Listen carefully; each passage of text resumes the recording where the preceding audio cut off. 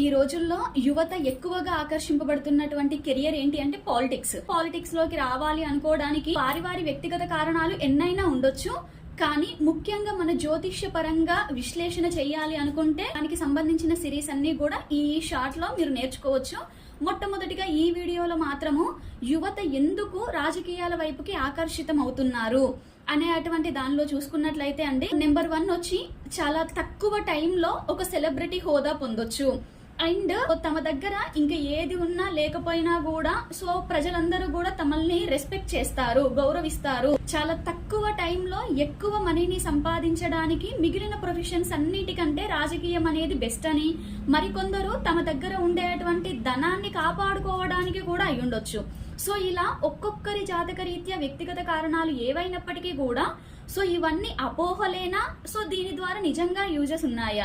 మిగిలినటువంటి అంశాలతో నేర్చుకుంటాం.